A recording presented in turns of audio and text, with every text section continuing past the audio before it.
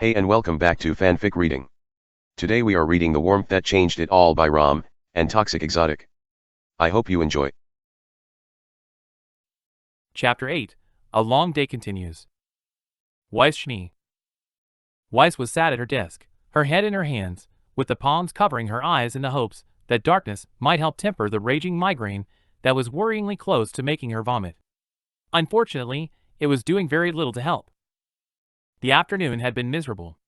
What should have been a simple, hour-long proposal meeting of new ideas had been completely hijacked by her father, and then turned into a 2-hour meeting of him criticizing every single idea that didn't have a guarantee of making the company a profit. Weiss knew that profits were always to be taken into consideration when discussing proposals, but she was also aware that the STC was the world's foremost technological research company, and as such, they had more than enough room to be taking some bigger risks. However, every time she attempted to bring this up, her father would shut her down instantly. It was the man's biggest problem. He was far too concerned with turning a profit that over the years companies such as Merlot Industries and Marigold Innovations had begun to close the gap. In fact, the only time he ever did something that he considered a risk was when trying to save face against a controversy, and even then, he went about it in the safest way possible. Thinking of those problems, however, made her head hurt more, and with a sigh, she reached into her desk drawer for some aspirin. She knew it would take a little while to work, but the promise of some future relief was more than enough to keep her going. As she leaned back into her chair and waited for the medicine to take effect, she pressed the button on her desk phone to contact Seal and waited for her to answer. "Yes, ma'am?" The girl answered, barely a second later. "Seal, what time does Cornell Winchester start today?" Weiss asked. Usually, she would try to ask much more politely, but she found she was too tired to control her tone. "He is due to start in 28 minutes. Would you like me to inform him that you wish to speak with him?" "The moment he arrives," Weiss confirmed. "Also, can you tell Arthur I have something to discuss with him?" "Of course, ma'am," Seal replied. "Is there anything else I can do?" "No, that's all," Weiss said. "Thank you, Seal." With that, Weiss ended the call and pulled a small stack of her paperwork towards her while she waited for Cornell to arrive. However, she had only managed to finish a single form when a knock at her door pulled her attention. Before she even had a chance to call them in, the door opened and Arthur stood in the doorway with his usual smirk plastered across his face. "You called?" he said, his voice dripping with annoyance. "Yes," Weiss said, a little surprised that the man would show up so quickly. "Though I didn't expect you for at least another hour." "Well, I prefer to get my annoyances out of the way." He shrugged and closed the door on his way to take a seat opposite her. "Also, I can't say I'm not a little intrigued by what a child such as yourself would wish to discuss with me." "Right," Weiss replied, too tired to bother responding to his usual attitude. Instead, she searched around her desk for a file. "I was looking through the rejected project ideas, and there was one that caught my attention." "Oh, really?" the man scoffed. "A new rattle? Please show some professionalism, Arthur." Weiss sighed as she found the desired file and handed it over to him. She watched as he read it, and a crease immediately formed on his forehead. "This?" "Yes. This was rejected for a reason," he said impatiently. "It's a waste of time and resources." "Not according to my father," Weiss replied quickly. "In fact, the application to both medical and military was more than enough to convince him that the project is worth our time to explore." "Do you even understand the science behind something like this?" he said condescendingly.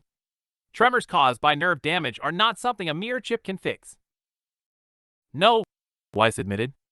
"However, I have discussed it with Dr. Polendina, and not only does he believe it is possible to reduce the tremor significantly, he is rather interested in leading the development of it." "And you say your father has authorized this?" "He has." "Then he is more a fool than I gave him credit for," Arthur sighed.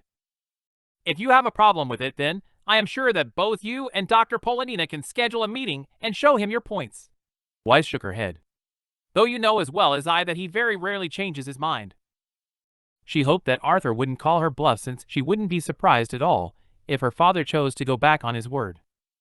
"Fine," Arthur said with contempt after a moment. "If Dr. Polendina is interested in wasting his time, I will see to it that he is put in charge of the project." "Perfect." Weiss gave the man a small smile and inwardly breathed a sigh of relief that he had relented. Then I will leave the rest to you. Anything else your Royal Highness would like? No.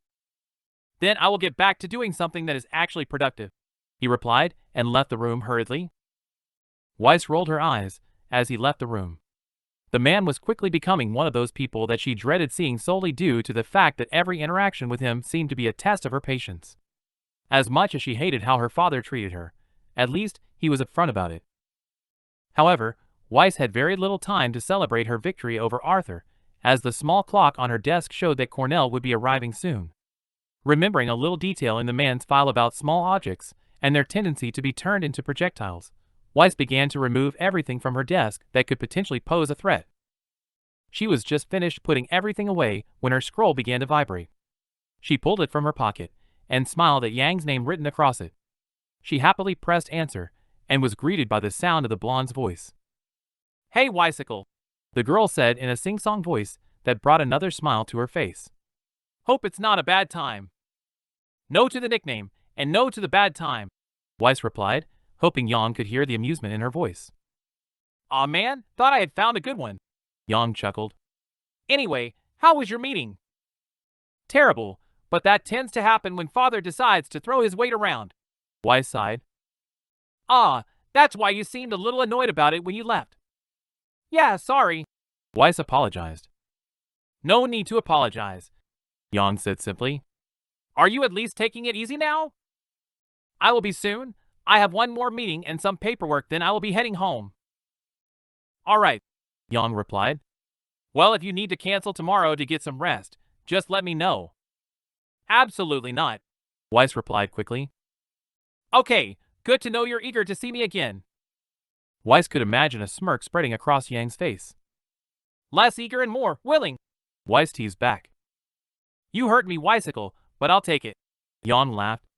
"So I don't suppose you're going to give me a hint about what we're doing tomorrow?" "Nope," Weiss smiled, taking Yang's question was to mean she was also eager for the date. "But bring a coat, apparently." Weiss was cut off by the ringing of her desk phone. "1 minute." She sighed to Yang and accepted the call. "Mr. Winchester has arrived, ma'am," said Seal's voice. "Thank you, Seal. Give me 5 minutes and send him through," Weiss replied. "And no matter what you hear, do not enter the room." "Understood." "Sorry," Weiss said to Yang as she ended the call with Seal. "It's fine," Yang said from the other side. "I actually quite like hearing you be all bossy." "Why does that not surprise me?" Weiss felt herself blush. "No idea," Yang chuckled. "Should I be concerned about what you just said?" "I highly doubt it. Someone is just about to receive some news they are not going to like." "If you say so," Yang replied slowly. "I guess you have to go then?" "Yes," Weiss breathed sadly. "But I will definitely be picking you up tomorrow." "Can't wait." "Who sounds eager now?" "I'm always eager to spend time with you," Yang replied. "Good to know," Weiss chuckled. "But I really do have to go." "All right, please message me once you are done with this thing." "I will," Weiss agreed. "Goodbye, Yang." "See ya." The sound of the call ending rang in Weiss' ear, and she took a couple of moments to appreciate that Yang had felt concerned enough to call and ask how she was. With that knowledge, and the fact that the aspirin seemed to finally be working, it was hard not to sit and smile to herself for a couple of seconds. Unfortunately, life continued, and a sharp knock on the door broke her reverie and reminded her of what was about to happen. "Come in," she called out. The door opened and a large man wearing a plain black suit walked in.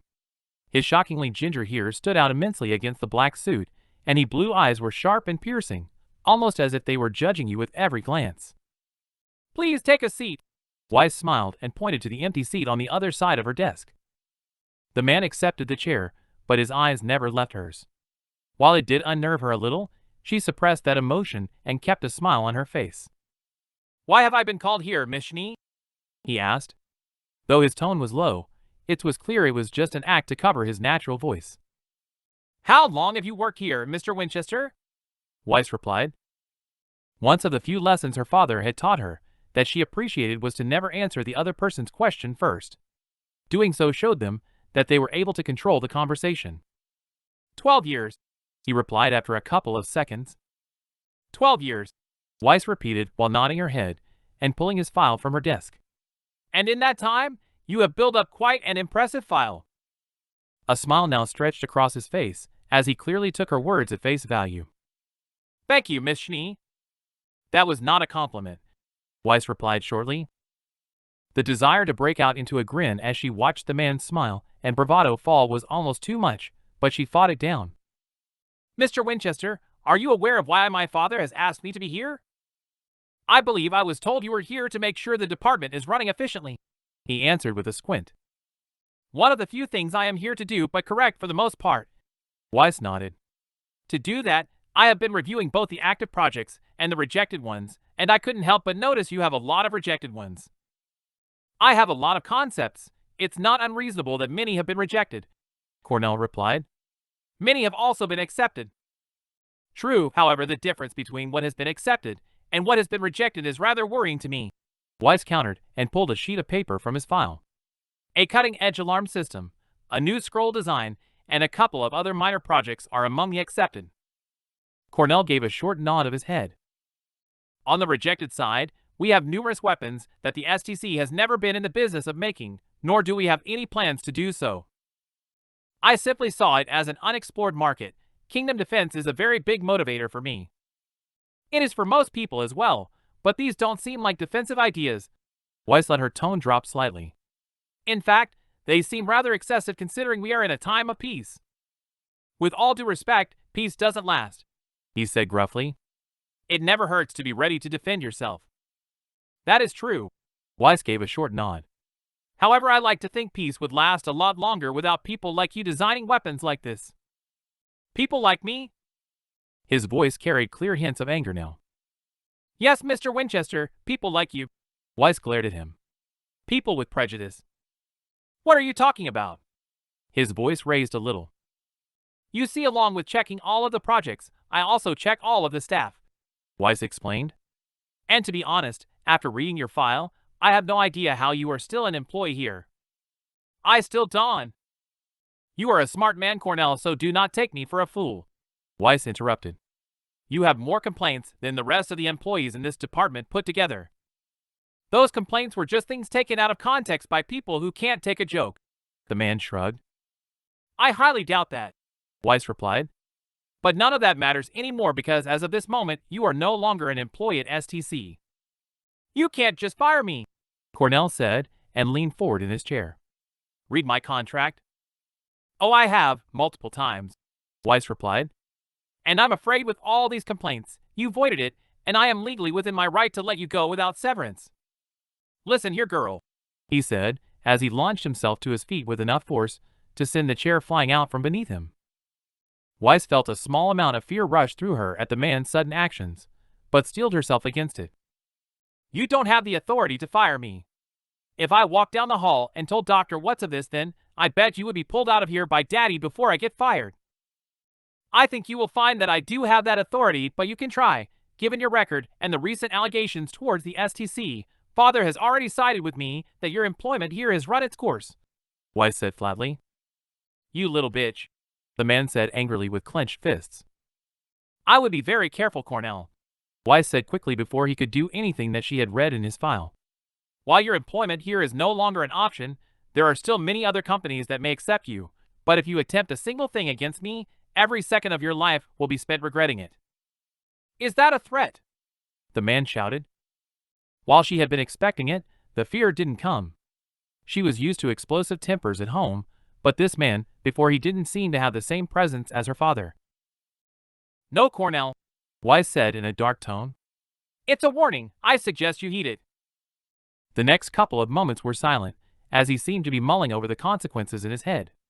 However, his eyes seemed to show he had made up his decision, and a second later he stormed out the door and slammed it behind him with enough force to make her desk rattle. The silence that filled the room was a small relief, and she closed her eyes to allow the adrenaline from the situation to escape her.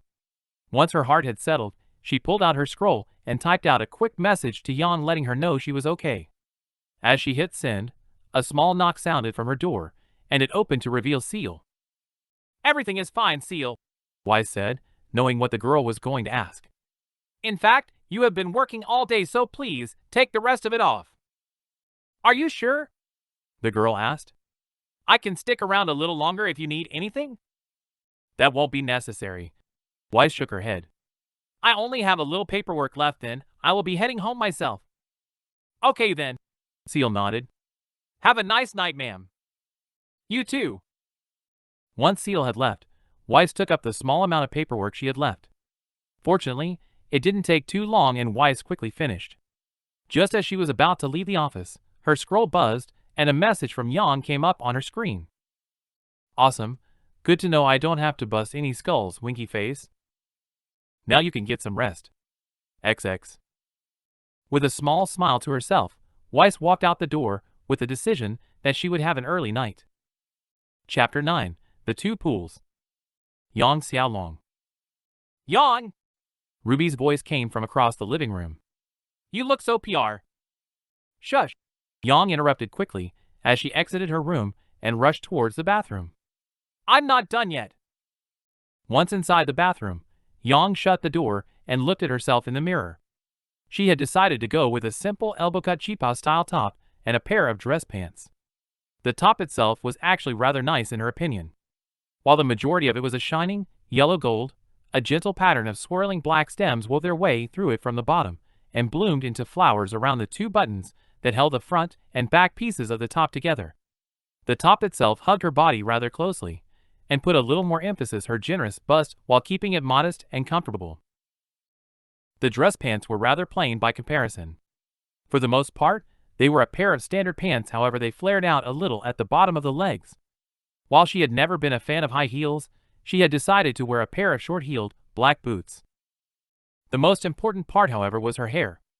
Usually, she would only run a brush through it a couple of times to rid her of bedhead, but she had spent most of the day trying to sort out the odd couple of curls that, though she normally loved them, were beginning to annoy her as they refused to cooperate. Eventually, she had just had to relent and settle for what it allowed. For the final touch, she reached into the cupboard below the sink and pulled out her small bag of makeup. She didn't apply too much, mostly just enough to cover her black eye, as she had never been too fond of it, but once she was done she looked into the mirror once again and took it all in.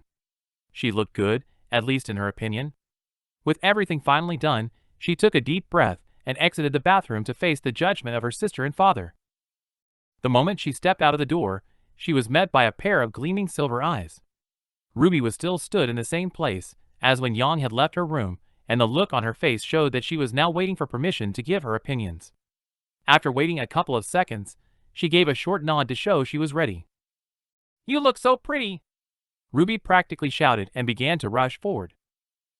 Having spent her entire life on the receiving end of Ruby's tackle hugs, she held out a hand that told a little ball of energy to stay away.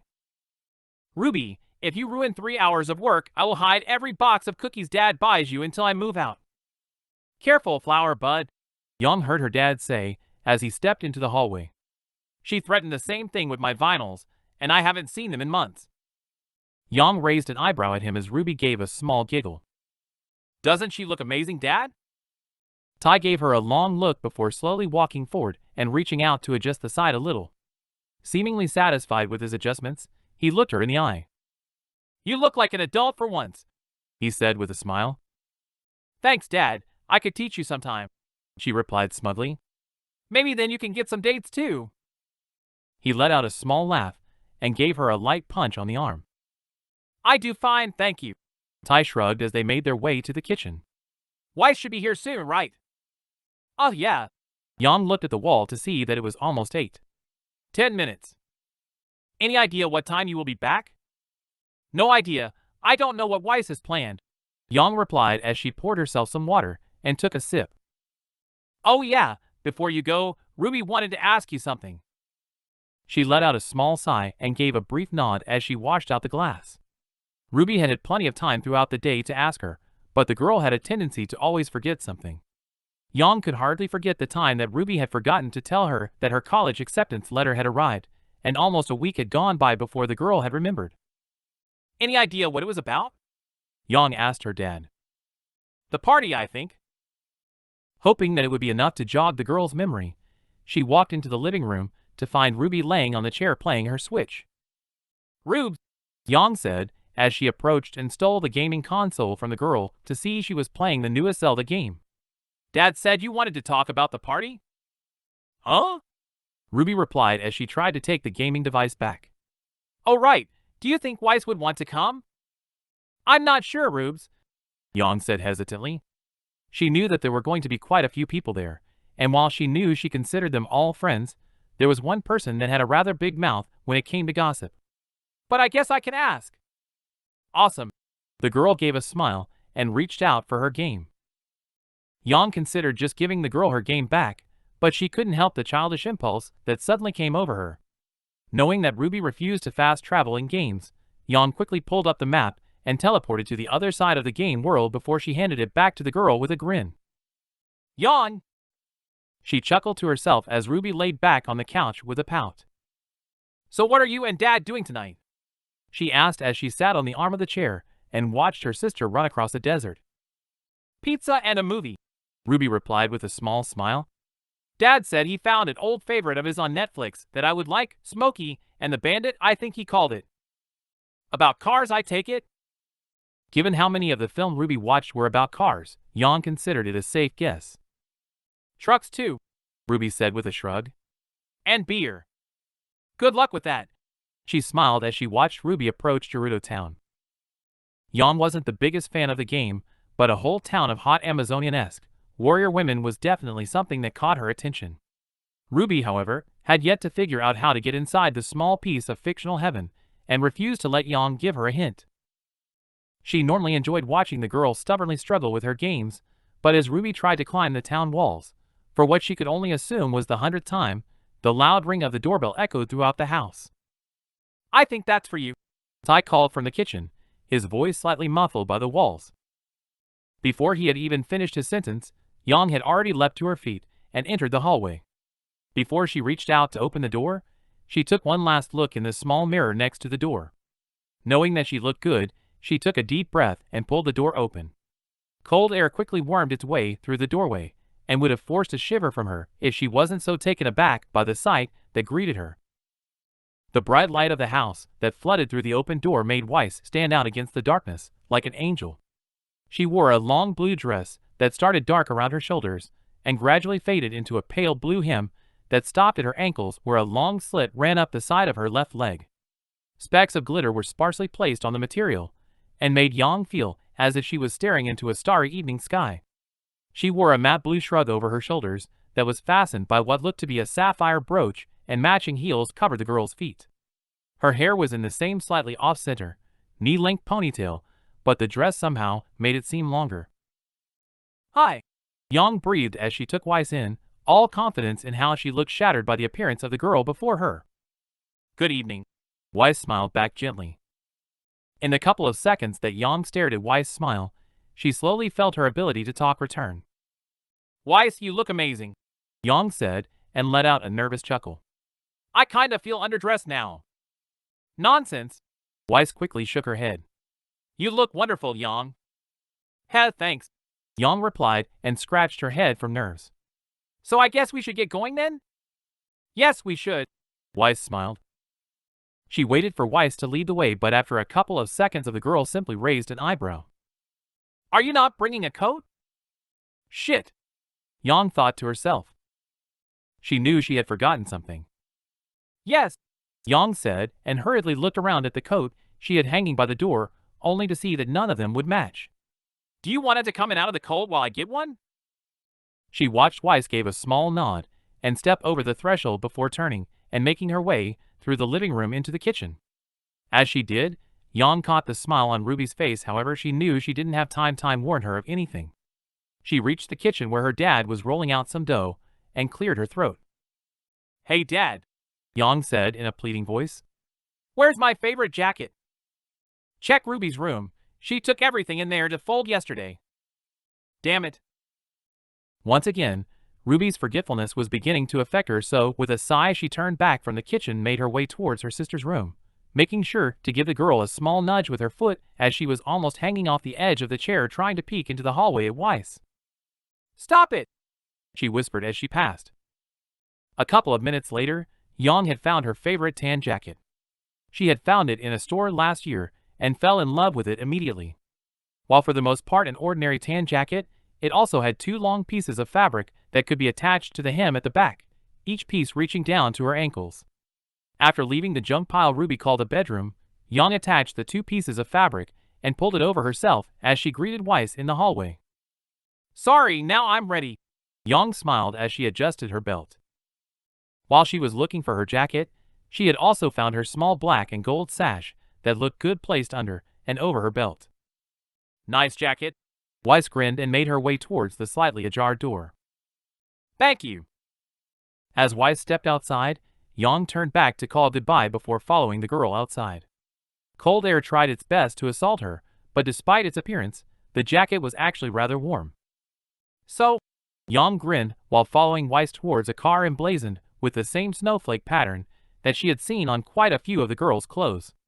"Was I supposed to be wearing a dress for this date?" Weiss let out a small laugh as she reached the car where a very large man stood waiting for them. "No, admittedly I went a little overboard," Weiss said with a little blush. Once they were close enough to the car door, the man leant down and opened the door for them. Not sure what to expect inside, Yang was pleasantly surprised to find that, apart from the lavish seats and front dashboard, it was a very normal car interior. "Also, I hope you don't mind, but I have some business to take care of as well," Weiss said hesitantly. "I promise it will only take 10 minutes, and I am sure that where we are going, you can find something that will amuse you." "It's fine." Yang shrugged but quite turned her tone into a more flirty one. "I'm very aware that I'm involved with a very busy woman." Weiss blushed slightly once again, before letting a small smile pull at her lips. "Are you ready to go, Miss Schnee?" Yang almost jumped from the depth of the man's voice, but Weiss, seemingly unfazed by the bone-shaking sound, simply gave the man a nod. "Does this mean I get to know where we're going now?" Over the past week, Yang had tried multiple times to get some information from Weiss, both subtly and directly, about what she had planned, but every attempt had been fruitless. "Nope." Weiss smiled and sat back in her seat. Yang squinted at the girl slightly, but let it fade into a smile as she shook her head. "Alrighty then," she chuckled. "So how's your day been?" Asterisk. Though the silence they had fallen into was a comfortable one, the journey was taking far longer than Yang had expected. She watched as trees rushed by outside the car, their brown leaves glowing due to the street lamps to create a beautiful streak of gold that painted itself across the night sky. In the distance, she could see the lights of 2 valleys. One, the city itself, had been her home for the past 12 years. Her father had moved them there a couple of months after her mom had died. She had thought at the time it was unfair of him to drag her away from her friends, her uncle, from everyone she had left, but as she grew up, she had realized that the old family home had simply held too many memories for him. However, it was there she had met people she loved more than life itself. Blake, her best friend, the only person who knew every secret she had. Pira, a constant inspiration that helped drive her to be better. Even John, completely selfless and willing to drop everything to be there for someone. It had taken some time, but now she loved the city. The other vale was not so fondly remembered. The vale reflected in vast expanse of black water. The very water that had claimed her mother in the first place and never given her back. Through her whole life, nothing had scared her as much as the ocean at night. The stories she had heard from sailors on Patch, the lives it had ruined. How could someone look at it with anything other than dread? "Yang?"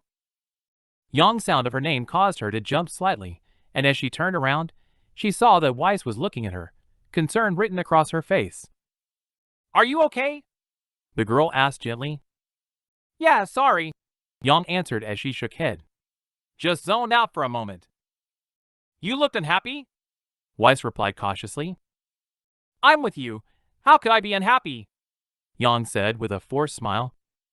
"Yang." The tone in Weiss' voice made her drop to smile instantly. It wasn't angry or disappointed, but forceful enough for Yang to know that the lie would not escape her. "Sorry," she apologized genuinely. "I just remembered things I don't like to talk about, is all." "Oh," Weiss mumbled. "I can understand that." Yang watched as Weiss' hand reached up towards the scar over her left eye before quickly diverting to flatten her already smooth hair. She would be lying to herself if she didn't say the blemish didn't intrigue her. Obviously she knew the stories. The attack on Schnee Tower had been on the news for weeks after it had happened, but nothing had been said about what had happened inside. However, not feeling it was the time to ask, Yang decided to change the subject. So I'm guessing we're heading to Beacon? Even though the last time she had taken it was during daylight, she had recognized the road the moment the driver had turned onto it.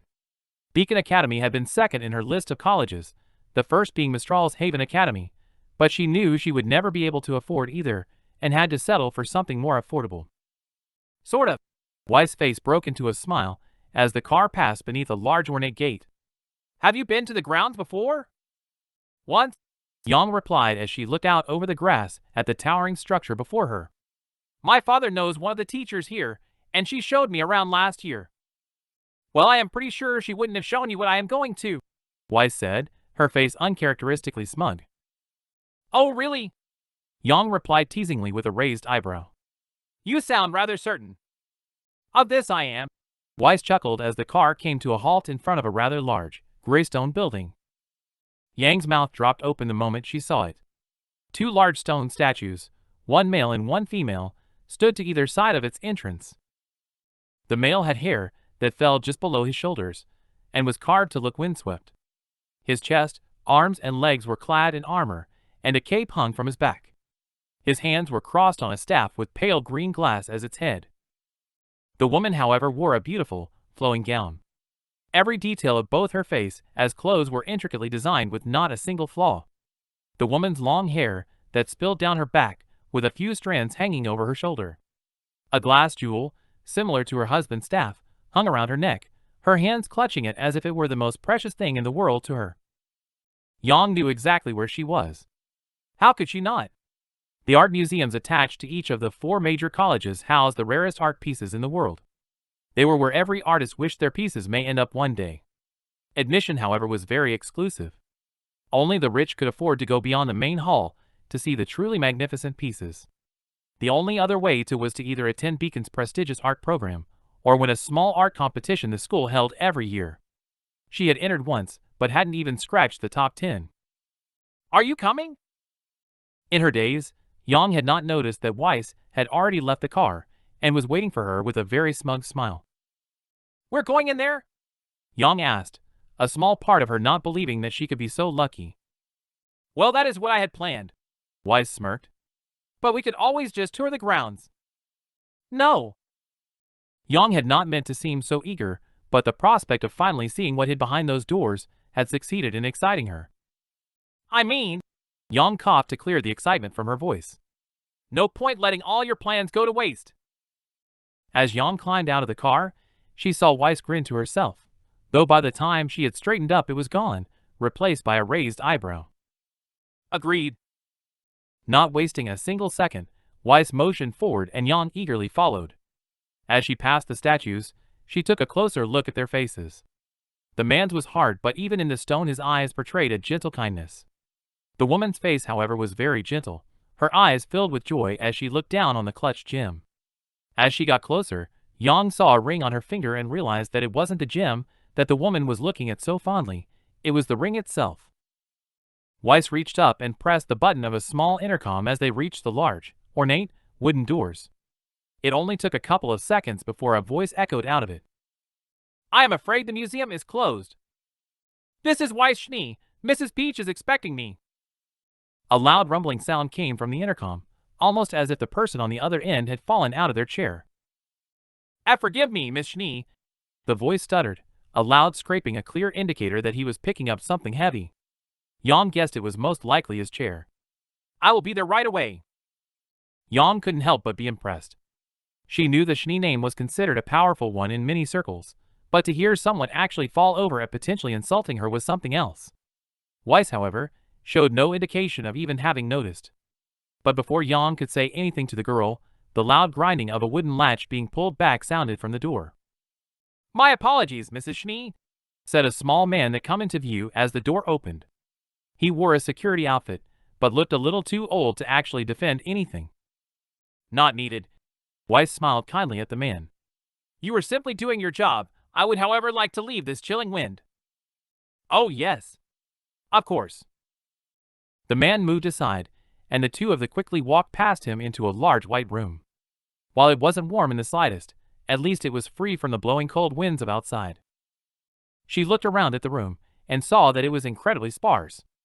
A majority of it consisted of a large open space, easily able to fit a couple of hundred people, broken up by thin 8-foot-high walls separated by enough room for 2 people to lay down head to foot between them. Each wall held a single painting on either side. Paintings also lined the white walls of the room, but spaced much closer together. The ceiling was high and domed, painted a pale blue to beautifully let its naturally white stone serve as its clouds.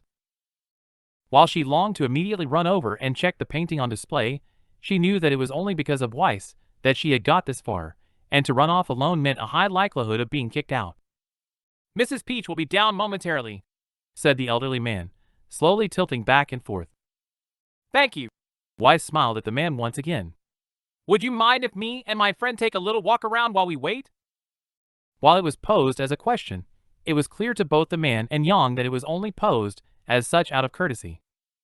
"Oh, of course, Miss Schnee." The man stuttered and held out a hand towards the paintings as if to give permission. "I will be here if you need anything." Weiss simply gave the man a small nod and took a step towards the paintings, and after one quick glance at the man, Yang hesitantly followed her. "He was scared of you," she whispered quietly as she caught up to Weiss and fell into stride by her side. "He was scared of my father," Weiss said matter-of-factly. "My family donates a considerable amount to this museum every year, so unfortunately, he has a lot of sway here." Yang didn't know how to feel about that. It didn't sit right with her that a single person had so much control over someone's job simply due to how much money he could throw at it. "I guess your father is fond of art then?" She was surprised by the sudden light scoff that escaped from Weiss. "My father couldn't care less about the art," Weiss replied, a slight bitterness tinting her tone. "Then why?" "Superiority," Weiss explained before Yang could even finish her sentence. "He likes people to know just how much better he is than them." "Oh." "It's a stupid rich thing," Weiss sighed and stopped in front of the first painting. "But it allows me to bring you here. So that is at least one upside, right?" Weiss looked at her with a smile that made her heart flutter. Taking a quick look around, she saw that the security guard was currently looking away and decided to take advantage of the man's lack of attention. Suddenly, Yang moved closer to Weiss' side and caught the girl's hand with her own, careful to make sure it was hidden in case the guard looked back around. "Definitely an upside," she smiled back as their fingers entwined. "So, what do you think it means?" Weiss asked slowly. With a feeling of warmth slowly creeping its way up her arm to make her heart rate increase, Yang struggled to focus on the painting before her. It was undoubtedly a well-done abstract piece, but it simply failed to capture her as much as the thin fingers that gently rubbed against her own. "Hard to say really," Yang answered. It was a solid answer for any abstract piece, as quite usually the true meaning was known only to the artist. "Abstract is not really my favorite field, but it makes me feel confused, like the artist is trying to show us the mess of ideas his mind comes up with." "I see the mess," Weiss said hesitantly. "That's rather honest," Yang answered, busy trying to suppress the loud laugh that was trying to escape her throat at the girl's words. "Abstract is a required taste. Quite often people just make up things." "Oh, I am more than familiar with those people," Weiss said as she moved away from the painting towards the art lining the walls. Fortunately, these were landscapes, a personal favorite of Yang's. "What about this one?" Weiss had stopped them in front of a beautiful painting of Vacuo's desert. The artist had captured everything perfectly, from the setting sun to the way its light skittered across the sand, a gleaming gold close to the horizon slowly darkening as your eyes drew closer to the artist's position. "It's amazing," Yang sighed. She had never been able to produce anything near this level of perfection. The sun, the lighting, the way the artist occasionally brushed vertically through the horizontal strokes to make the air shimmer like it would in the desert heat. "At least there are some paintings here that we can agree are exceptional." Weiss grinned while her thumb gently massaging Yang's. They continued to explore as much art as the museum had to offer while they waited. Some paintings they would pass with a brief glance, as while the artists were good, the results simply didn't intrigue either of them. There were a few, however, that caused it to stop. Yang stopped frequently at the landscapes to take them in, and among them were some pieces she wanted to look up when she returned home to see if she could maybe find some more on the artists. the best being a marvelously hand-drawn sketch of Patch. While it was a shaded picture that didn't capture the vibrant colors of the island, it perfectly captured the feel of peace and comfort that Yang so fondly remembered. Weiss, on the other hand, had a tendency to stop for anything that involved either snow or trees. Whether they were the focus or simply an element, Weiss would grind to a halt whenever she saw one that contained either, and look at it intently for a good couple of seconds before letting Yang know she was ready to move on. However, their aimless wandering between the pictures couldn't last forever, and it was with a great amount of effort that Yang pulled her hand free from Weiss as they heard the sound of clicking heels making their way down a hallway close by. After dropping her date's hand, Yang couldn't help but feel saddened by the cooling sensation on skin that had once been so warmly pressed against Weiss. "My apologies for the wait, Miss Schnee," said a very tall woman that emerged from the hallway. She wore a peach short and dark blue pants that gave a clear indication that gave of a very professional aura. "We've been very busy with the recent delivery." "That quite all right, Mrs. Peach." Weiss smiled and held out her hand. The woman gladly accepted it, gave it a brief shake. "Me and my friend here have just been looking at your newest showcase." "Ah, yes," the woman replied, her green eyes twinkling with pride. "An outstanding array of pieces, don't you think? Were there any that caught your eye?" "Quite a few," Weiss chuckled. "Though I did notice my friend here was rather enraptured by a certain landscape you have. The one of Patch, I believe." "Your friend has a good eye." The woman nodded, though Yang suspected it was more of an excuse to look her up and down. "Are you an artist?" "Yeah." "Yes." Yang stumbled over her words. She hadn't expected to be asked questions by the curator of one of the world's most renowned art museums. "Trying to be, at least." "Well, that is the most important thing." The woman smiled kindly before turning back to Weiss. "Well, if your friend is more than welcome to continue browsing as we continue. Actually, I was thinking she could join us." Weiss' smile was sweet, but once again her voice held the same authority she had used when asking the guards if she could browse the paintings. "But Miss Schnee," the woman replied quickly, the conflict clear on her face. "I'm sure you are aware of the delicacy of this newest piece?" "I'm quite certain she has no intent on touching it," Weiss said and turned to Yang. "Right." Though Yang had no idea what they were talking about, she quickly shook her head. "I'm sorry, Miss Schnee, but I'm afraid I cannot allow it," the woman said, a slight tremble in her voice now. "It is against our policy." "Oh," Weiss replied and dropped her smile, replacing it with a look of defeat. "You are right, Mrs. Peach. However, leaving Miss Xiaolong after inviting her along would be incredibly rude of me." Weiss took a step back from the woman. "I'm sorry for wasting your time, Mrs. Peach," Weiss said and held out her hand. This time the woman didn't take it. Instead, she looked at it with apprehension. Apparently sensing that the woman was not going to take it, Weiss lowered it back down to her side. "It is a shame. My father was quite interested in holding his next fundraiser here. I see no reason he cannot still." The woman stumbled, desperation now seeping into her voice. "The painting is here, and we would be more than I'm aware." Weiss sighed and shook her head.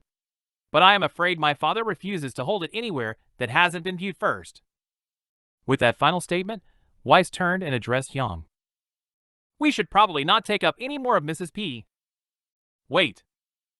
Weiss, who had already taken a step towards the door by this point, stopped and turned to the woman, her eyebrow raised. Mrs. Peach hesitated once again, but let out a defeated sigh. "I suppose if we are quick," the woman said cautiously, slowly wringing her hands together, "there shouldn't be an issue." "Really?"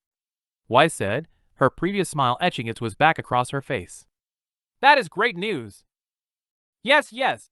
Peach gave a slow nod. "Then please follow me." As the woman turned and started to head down the corridor, Yang saw Weiss flash a smile her way, but though she returned it, her own was not so genuine. What she had just seen Weiss do was not a good thing in her opinion. What she had witnessed was Weiss doing exactly what she had scorned her father for only minutes ago. However, not wanting to ruin the night before it ended, she decided not to bring it up right then. Instead, she simply fell into stride beside Weiss. After a couple of turns, they finally arrived at a thick metal door. It looked more like something that would be more at home in a bomb shelter than a museum.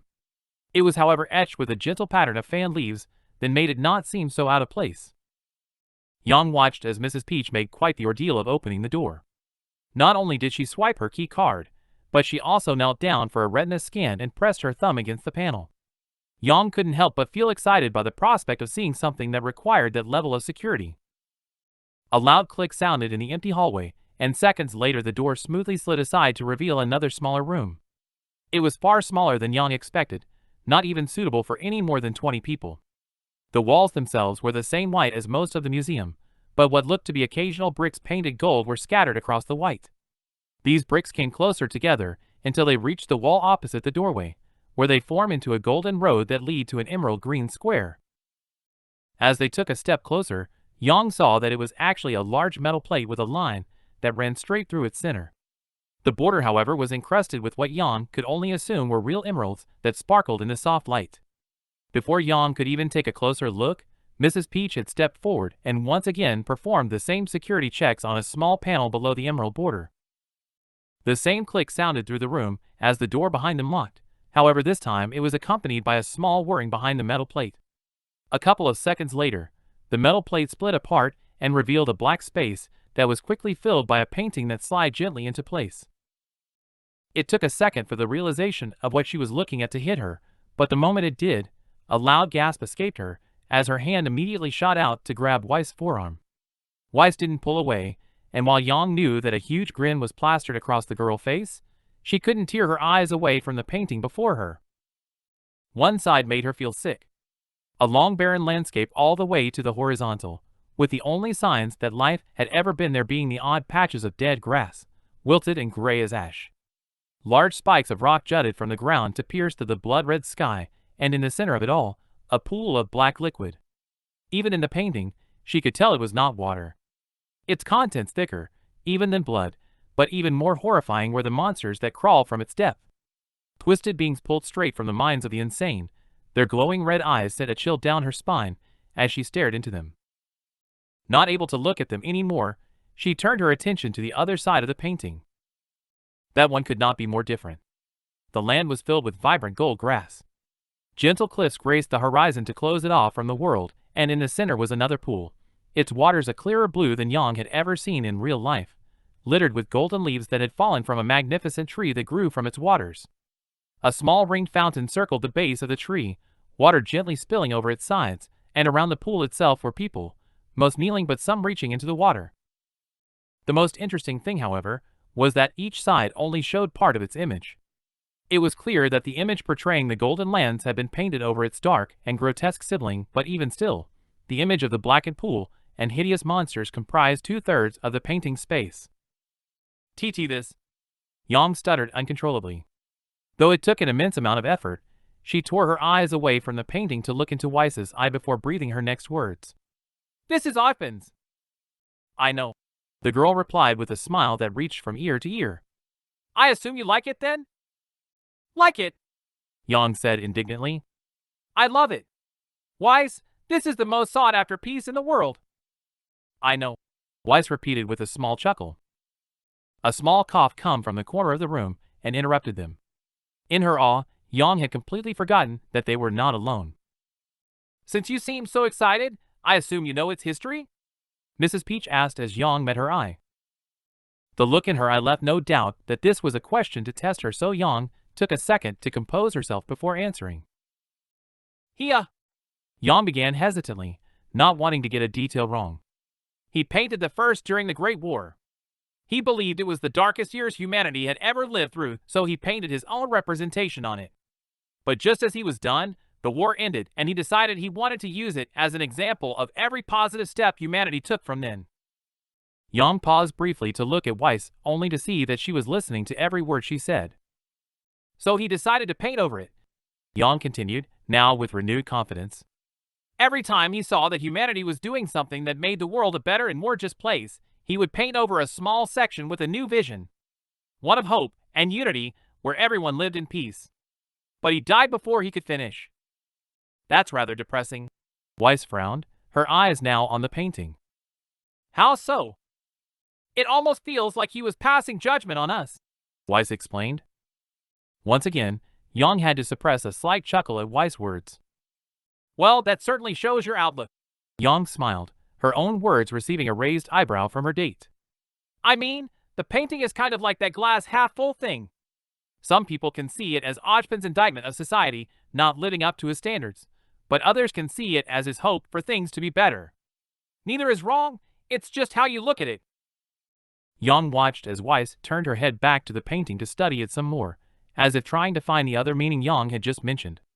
Yang turned to face Peach while she did, and for a couple of moments, she simply nodded her head, but soon after she gave a small smile. "Well, you certainly know your stuff," she said happily. "It is nice to see someone who appreciates the art for more than just its price." Yang gave the woman a nervous grin, but before she could reply, the woman had already turned to Weiss. "Is everything up to your father's standards?" "Yes, thank you, Mrs. Peach." Weiss nodded, finally taking her eyes away from the painting to give the rest of the room the briefest of glances. "Great, would you like a couple more seconds?" "No, I wouldn't want to take up any more of your time than we already have." Weiss shook her head. "I will let my father know everything is in order, and his personal assistant should contact you for anything else." "Very well," Mrs. Peach replied, seemingly satisfied with how the events had turned out. "Please allow me to escort you out." Yang was sad to see the painting go, but with the press of a button, the picture gently slid backwards to be swallowed once again by darkness. As the metal plates slid back into position, the security door behind them clicked and slid open. After ushering them through it, the woman sealed the door again and led them back into the main hall and to the front door. A few more words were exchanged with Weiss, but, very quickly, the door was open and they were stepping back out into the cold night. In the time they had been inside, rain had already begun to lash down with enough force that Yang could hear it strike the pavement, and even though they were stood under the extended archways that hung over the museum's entrance, small droplets of rain still managed to catch her shoes. Before the door had closed behind them, Yang saw Weiss' driver walking toward them, a rather large umbrella open above his head. "Thank you, Hazel," Weiss said as the man reached them and placed it over their heads, showing no care about the rain that now quickly soaked his clothes. The walk down to the car was a quiet one, but as they made it to the door, Yang reached out a hand to stop Weiss. "I know it's raining and stuff," Yang began, having to raise her voice slightly to be heard over the rain. "But can't we go for a walk somewhere private? There's something I want to talk about." Weiss tilted her head in intrigue for a brief second before nodding and holding up a finger. She reached into her purse and pulled out a long, white ribbon before she passed the purse to Yang. She was unable to look away as Weiss weaved the ribbon through thin holes at the hem of the gown that she hadn't noticed before and proceeded to lift the bottom up. A blush threatened to creep up Yang's face as she wondered what Weiss could be doing, but in seconds, the ribbon was wrapped around Weiss' waist, turning her once flowing gown into a rather modest dress that stopped just above her knees.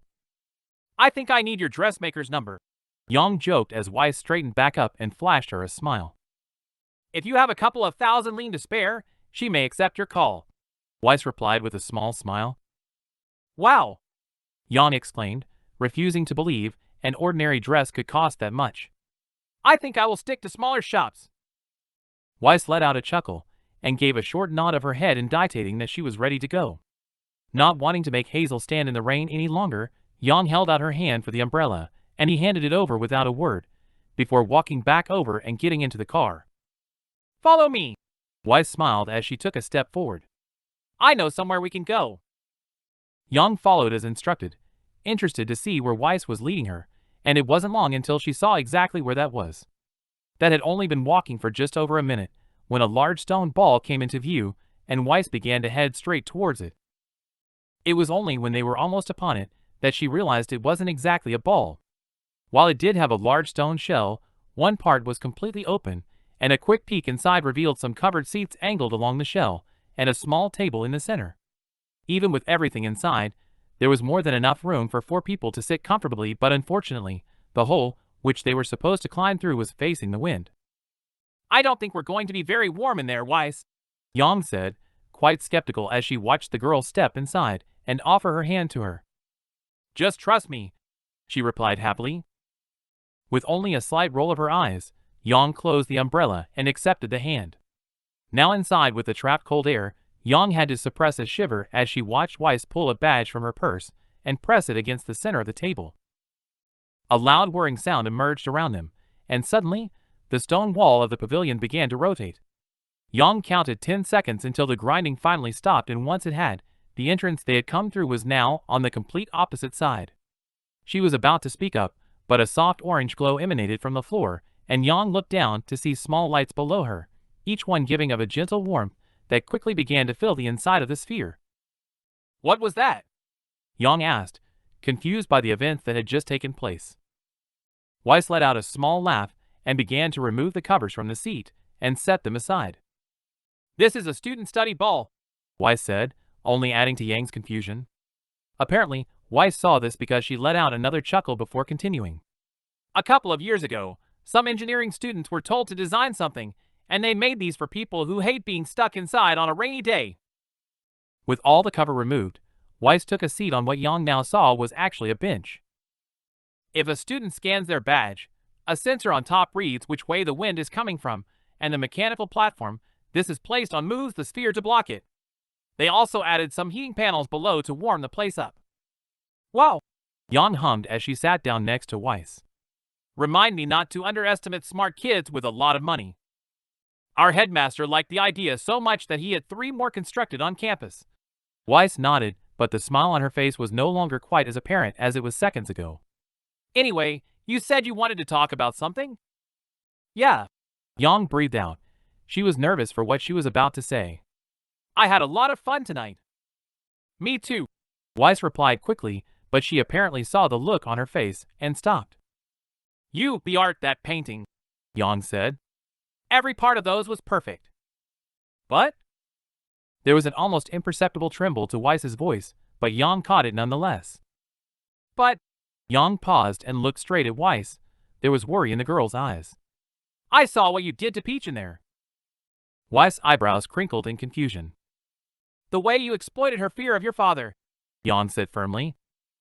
This sentence seemed to finally make Weiss understand what Yang was talking about as her eyes changed from confused to shocked and finally to sad. "Oh. Look," Yang said quickly.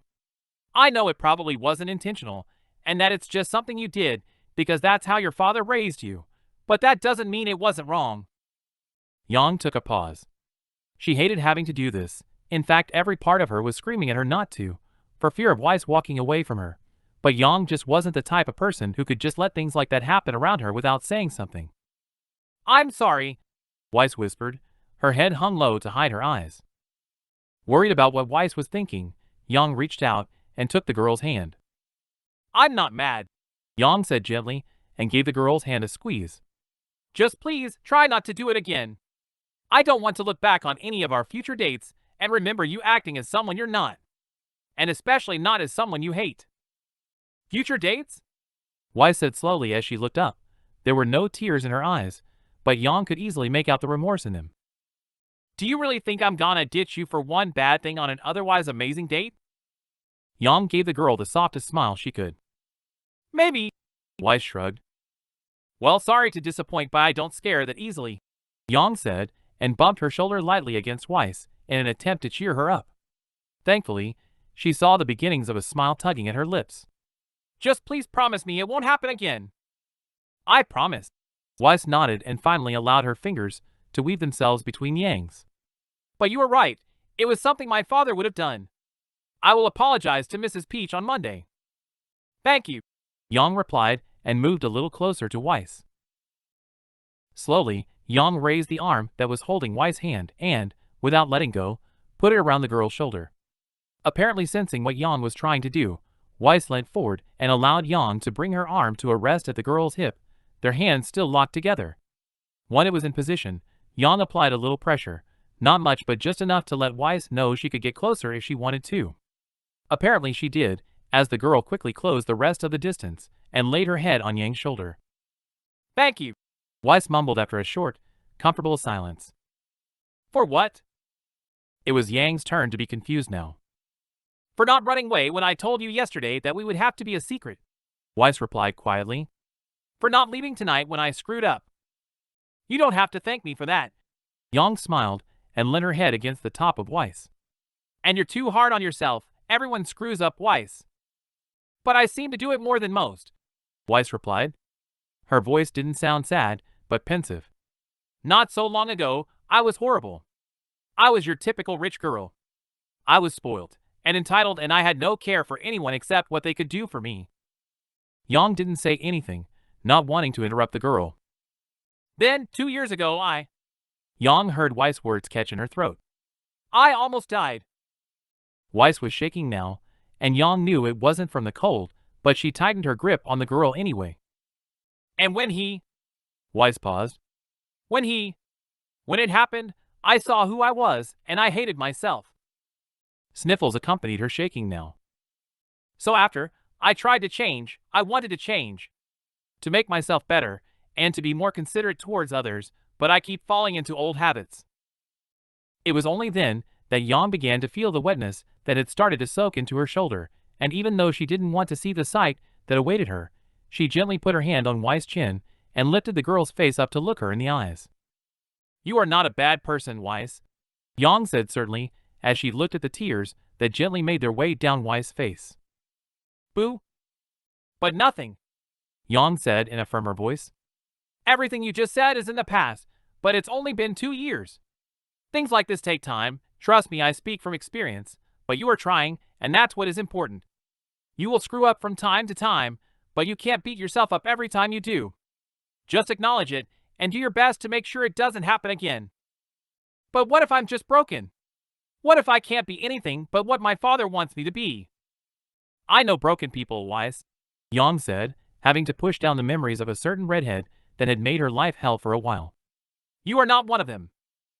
With her free hand, Yang used the sleeve of her jacket to wipe away the few remaining tears that stained Weiss' face. Once done, she gave the girl a smile. With the crying over, Weiss returned her head to Yang's shoulder. How do you always know the right things to say? Weiss sniffled after a while, her voice almost back to normal. Well, Yang dragged the word out teasingly.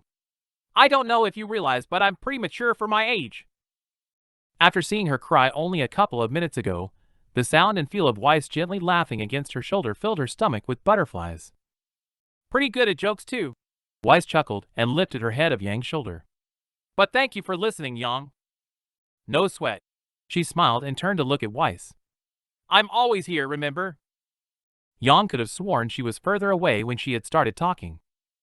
I know, the girl said, her face slowly inching closer to Yang's. Before Yang could utter a single word, she felt Weiss' lips pressed lightly against her own. Weiss' lips were thin, but still soft, and their warmth shot through her like a bullet the moment their lips touched. Without a second thought, she closed her eyes and leaned further into the kiss. A soft hum vibrated the girl's lips as Yang wrapped her free arm around Weiss to join her other. Now with both arms where she wanted them, Yang pulled the girl closer to her and began to deepen the kiss. Weiss didn't object and felt her body to melt into the arms of the other girl. Yang had always been the one who took charge in these situations. It was just a natural place she felt herself settling into, so, as she felt Weiss's lips press between her own once again, she ran her tongue along them to ask for entry. Without any delay, Weiss's lips opened just enough to grant access, and Yang wasted no time slipping between them. Her tongue was greeted by Weiss's own, and as the two danced over each other, Yang allowed a hand to slowly slide down the girl's back and over her hips until she felt the soft feel of flesh against her fingers. However, she knew she couldn't lose control. Despite the fact that her own body was already reacting to the situation, she knew her hand could go no higher, at least not for now, so she's settling for moving her hand down. As she slowly let her fingers glide across the Weiss' pale leg, and Weiss let out a quiet moan. Unfortunately, it seemed to have been enough to snap her out of her lustful stupor, as before Yang's hand could go any further, Weiss had pulled back from the kiss. Yang opened her eyes to see that Weiss was breathing heavily, and her face was very flushed, though she suspected she looked no better from Weiss' position. The two of them took a moment to breath, but apart from the newfound distance between their lips that Yang so desperately wanted to close again, everything else was stayed where it had been. That was. Weiss was unable to finish the sentence through her deep breaths, and Yang couldn't help but smile at her. While Yang was definitely still feeling the warmth, her breathing had already evened out. Feeling a little breathless there, Yang grinned seductively as she slid her hand a little further down Weiss' leg. The effort Weiss was making to not close her eyes and enjoy the feeling was clear as day, but she couldn't stop the smile that painted itself across her face. We have to stop, Weiss breathed as she reached down and pulled Yang's hand away from her legs with a smile. I have to get home. You're right. Yang grinned. Despite her hand having been moved away, Weiss had done nothing about the fact that they were pressed together so closely that she could feel every curve of her date through the girl's thin dress. And we are definitely. Unable to resist the temptation any longer, Yang interrupted her with another kiss that ended just as soon as it began. Not doing. Another kiss. This time it lasted a little longer, but still they broke apart much too soon for her liking. This here. Weiss was right, of course, but that didn't stop their lips from meeting once again. This time, however, Yang controlled herself and whined down. Instead of the deep and frantic ones before, she allowed it to remain soft and tender. These were often her favorite. They didn't carry the heat or electricity of the lustful ones, but they had more emotion behind them. This kiss also didn't last very long, but this time it was Yang who pulled away, and not just from the girl's lips, but from the girl herself. Even in the heated chamber they currently inhabited, she could feel the cool air rush in to fill the space between them. You are a devil, Weiss whispered gently, as soon as she had regained her breath. That I don't deny. Yang winked and got to her feet. But you were right, we really should get going before your driver thinks I've kidnapped you. Yang held out her hand to help Weiss up, and after taking a couple of seconds to straighten out her dress, she took it with a smile. It was as Weiss stood up that she saw the girl's legs give a very slight shake. Wow! Yang smirked cheekily. One makeout session, and you're already weak at the knees. Shut up!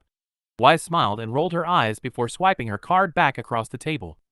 Before the lights could fully turn off, Yang stepped out of the sphere into the heavy rain and opened the umbrella for Weiss. Thank you! Weiss smiled as she stepped out under it. As they walked back to the car, she felt Weiss retake her hand, and though it wasn't as much contact as they'd had a minute ago, she was more than happy with it. Asterisk. So when are you free next? Yang asked as Weiss' driver pulled up outside her house. The conversation had, once again, been very little on the way back to Yang's house. They had talked about their favorite pieces they had seen at the museum, her own being Ojban's 2 pools, and a little about what had been said in the sphere before everything had escalated, but for the most part they had been silent. They had been halfway back when Weiss had resumed her earlier position and placed her head on Yang's shoulder, whispering that her driver could be trusted, but now that they were outside her house, they were once again sitting with a small bit of distance between them. I'm not sure, Weiss sighed. I have quite a lot to do this week, but if you have any plans, I can move some things around. Actually, I kinda do, but I'm not sure if you'll be interested, Yang replied cautiously. Try me. Weiss smiled and shuffled towards her slightly. Well, I know we are keeping this a secret, but Ruby is having a birthday party on Tuesday. It's just close friends and family, but she wanted me to ask if you wanted to come, Yang said cautiously. Her birthday is on Halloween, so it will be themed around that, but there's no dressing up or anything. Your sister wants me to come to her birthday? Weiss repeated, a slight hint of disbelief in her voice.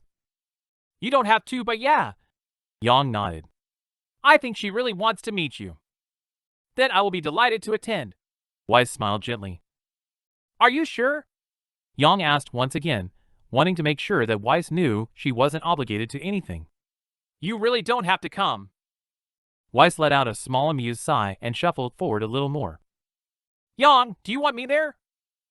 I do. I just don't want you to feel obligated is all. You are not obligating me to do anything, Yang, Weiss said, and closed the rest of the distance into a brief but meaningful kiss before pulling back and looking her directly in the eye. If you want me there, then I want to be there. Okay then, I'll let Ruby know. With a final nod, Yang leant back in for another brief kiss, and though she once again felt the desire to deepen it, she didn't. After pulling away, Yang quickly pushed open the car door and stepped out to avoid any more temptation. I had a great time, by the way, she said as she knelt down. You have already said that, a couple of times actually. Yeah, well, Yang shrugged. Just wanted to make sure you knew. I do, Weiss smiled. With one final glance at Weiss' face, Yang straightened up and shut the car door. She watched Weiss wave through the window as the car drove away. The feeling of distance hit her almost immediately, but with the knowledge that she would see her again in a couple of days, Yang turned with a smile and made her way towards her house.